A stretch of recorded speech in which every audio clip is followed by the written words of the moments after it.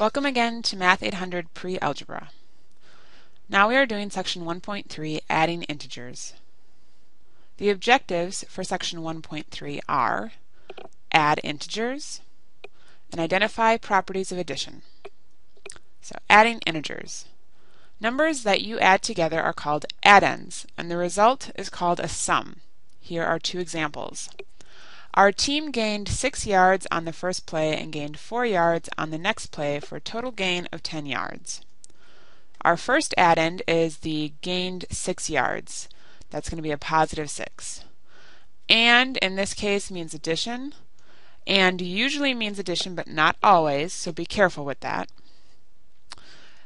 Gained 4 yards on the next play, that will be our second addend.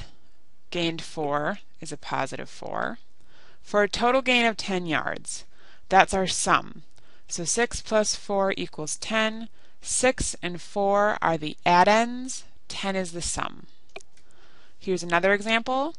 Our team lost 3 yards on the first play and lost 5 yards on the next play for a total loss of 8 yards. Our team lost 3 yards on the first play is the first addend. Because it's a loss of 3 yards, that's represented as a negative 3. And in this case it's still addition. Again, most of the time it is. Lost 5 yards on the next play, that will be our second addend. Again, it was another loss, so that's another negative. And then the total loss of 8 yards, for a total loss of 8 yards, that is our sum. So negative 3 plus negative 5 equals negative 8. Even though these are negative numbers, you are adding them, so they are still addends. And this is still our sum.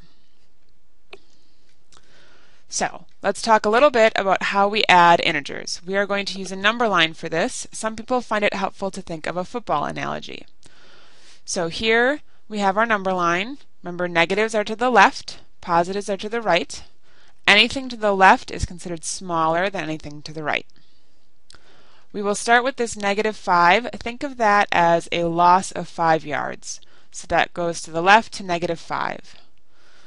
We're going to add the negative 4, which again think of as a loss of 4 yards. So you lost 5 yards and then you lost 4 yards. That means you have a total loss of 9 yards. So negative 9 is our answer. So we would write that as negative 5 plus negative 4 equals negative 9. Another way some people think about adding integers is to think about your bank account. If you started out with a negative 5, that means you have overdrawn your bank account. And usually the bank charges you with a fee. So let's say they took out another $4. Well, if you already were in the hole negative 5, and now you've lost another negative 4, all total you're down by negative 9.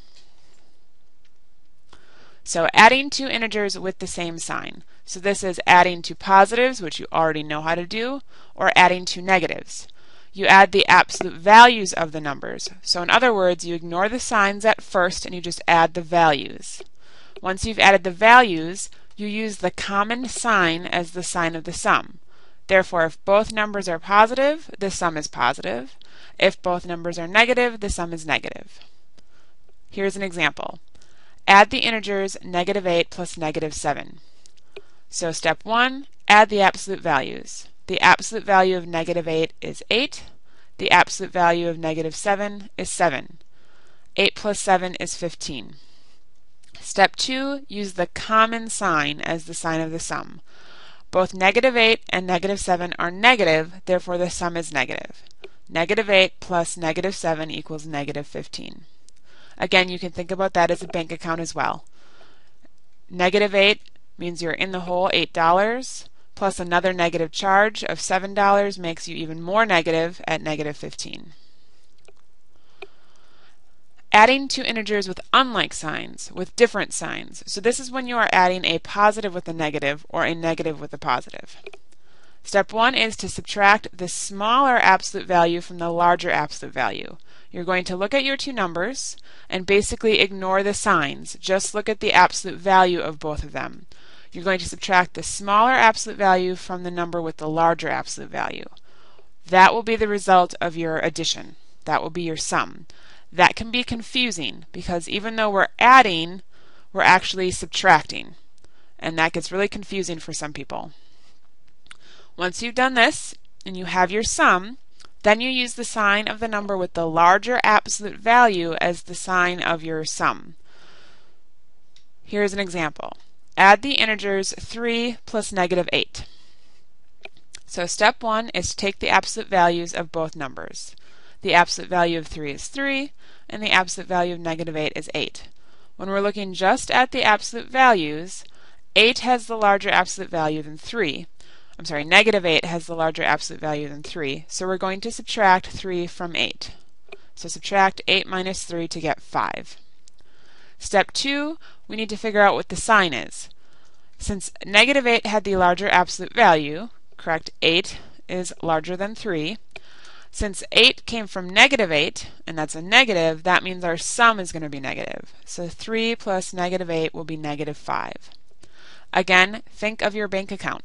If you started out with a $3 balance, and then you took out $8, so you have a negative 8, your final result means you'll have overdrawn your account by negative 5. And then, of course, the bank would start adding more fees. But for now, you had $3, you spent $8, so you wound up at a negative $5. Here's another example. A football team has to gain at least 10 yards during 4 plays in order to keep the ball. Suppose on 4 plays a team lost 6 yards, gained 8 yards, lost 2 yards, and gained 7 yards. Did the team gain enough to keep the ball? So, let's continue this example. First play was a loss of 6 yards, that's the negative 6. Second play was a gain of 8 yards, that's a positive 8. Notice how we do not write the positive sign. We just write 8. We assume that to be positive. The third play was another loss, hence another negative, and the fourth play was another gain, hence a positive. We haven't talked about order of operations yet, but for the time being, know when you are adding, if it's all addition, you just go from left to right. So we will start by adding negative 6 plus 8. The absolute value of negative 6 would be 6. The absolute value of 8 would be 8. Since 8 had the larger absolute value, you would do 8 minus 6, which is 2. Since 8 had the larger absolute value and it's positive, the answer will be positive 2. Notice how I'm keeping my units. This was a word problem. All word problems have units. You must keep units. If you do not have units on the answers for word problems, you will lose points. So negative 6 yards plus 8 yards left me with 2 yards. Notice how I'm copying down the plus negative 2 and the plus 7 yards because we haven't dealt with these yet. When you're going in order from left to right, anything you haven't used just gets copied down. Now we'll do the next ones. 2 yards plus negative 2 yards. So we're going to add 2 plus negative 2. Notice that 2 and negative 2 are opposites. Opposites are numbers that have the same absolute value but are on either side of 0. So 2 has an absolute value of 2 but is on the right of 0. Negative 2 also has an absolute value of 2 but it's to the left of 0. When you add two numbers that are opposites, the sum is always 0. So 2 plus negative 2 is 0. Again, we haven't used the 7 yards, so we copy that down. And now we do 0 plus 7 yards, and 0 plus 7 is 7. So, over 4 plays, their overall gain was 7 yards. The team gained 7 yards, which is not enough. If you recall, the question said they needed to get 10 yards. 7 is less than 10, so that is not enough. So, now we will get into properties of addition. Addition property of 0. Adding 0 to any number leaves the number unchanged. This may seem silly right now, but we're going to use this property when we get into algebra. Here are some examples. 0 plus 6 is 6. Negative 25 plus 0 is negative 25. 72,399 plus 0 is 72,399. And 0 plus negative 100 is negative 100. Again, we will be using this property a lot when we get into algebra.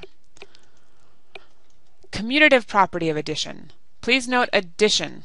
This does not work for subtraction. This only works for addition. Changing the order of two addends does not change the sum. For example, if you have 84 plus 2, that's 86. That's the same as saying 2 plus 84, which is also 86.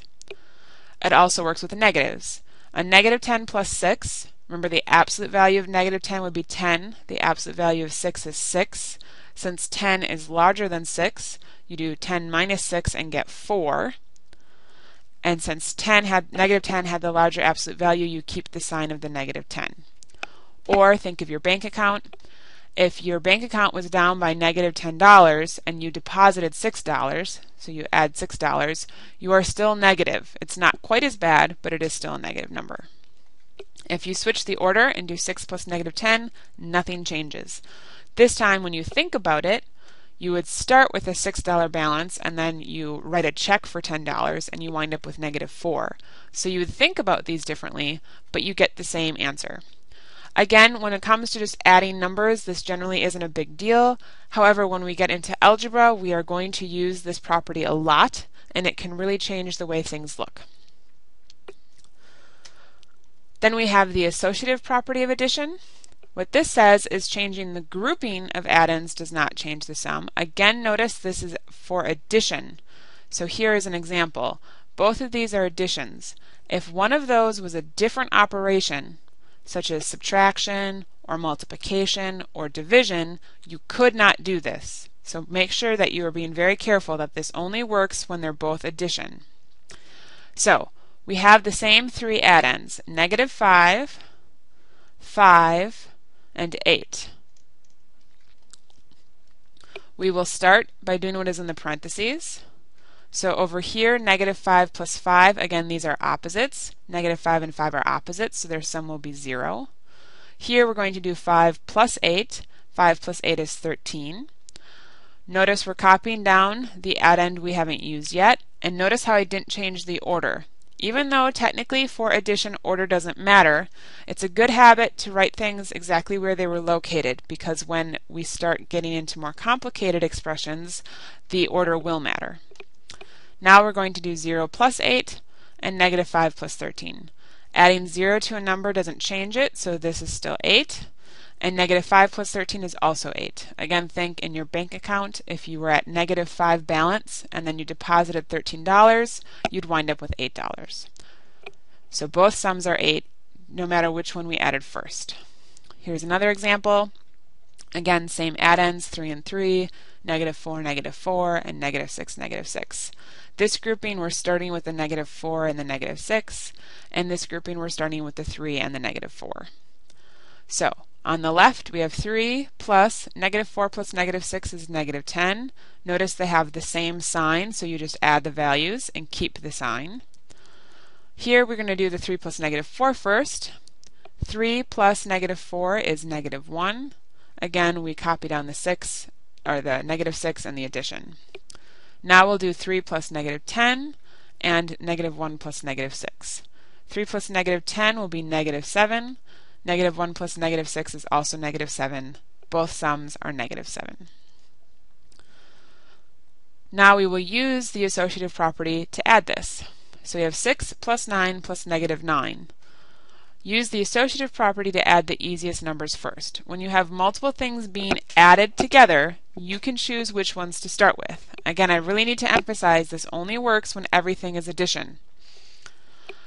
We're going to group the 9 and the negative 9 because they are opposites, so their sum is 0. So group the 9 and negative 9, we get 6 plus 0, and 6 plus 0 is 6. Okay, that concludes section 1.3. So what are your next steps? You need to complete the worksheet for section 1.3. This is WS3. If you need more help to complete it, there are additional videos in D2L as well as in My Math Lab. Once you have completed the worksheet, you have to check your answers against the key, which is also in D2L. Once you have checked the key, if you have further questions, please contact me. Otherwise, you move on to complete the online homework for section 1.3. This is also done through My Math Lab. Once you have finished that, you can start on section 1.4. Section 1.4 is technically not due until the following week, but if it is available, you are welcome to start on it. I should also note that the first chapter quiz is due at the end of week 1. Thank you.